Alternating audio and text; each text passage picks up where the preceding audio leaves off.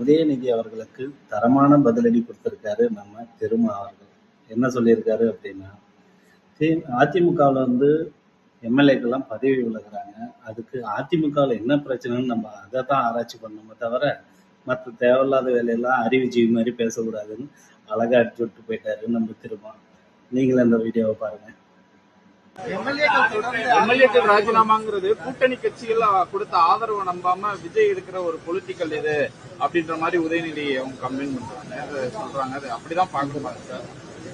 இப்ப ரிசைன் பண்றவங்கள்ட்ட தான் இதை நீங்க கேட்கணும். ஏன் அதிமுகவில் உங்களுக்கு என்ன பிரச்சனை, எதுக்காக நீங்க வந்து பதவி விலகுறீங்க அப்படிங்கறது தான் வந்து கேட்கணும். அதுதான் விவாதிக்கப்படணும். அதை தாண்டி யூகங்களின் அடிப்படையில் இங்கே விவாதங்கள் நடக்கின்றன. அதிமுகவுக்குள் என்ன பிரச்சனை? மக்களால் தேர்ந்தெடுக்கப்பட்ட சட்டமன்ற உறுப்பினர்கள் பதவி விலகும் நிலை ஏற்பட்டிருக்கிறது என்றால் அதிமுகவுக்குள் நிகழும் உட்கட்சி முரண்கள் என்ன என்பதைத்தான் நீங்கள் வெளிச்சத்திற்கு கொண்டு வர வேண்டும்.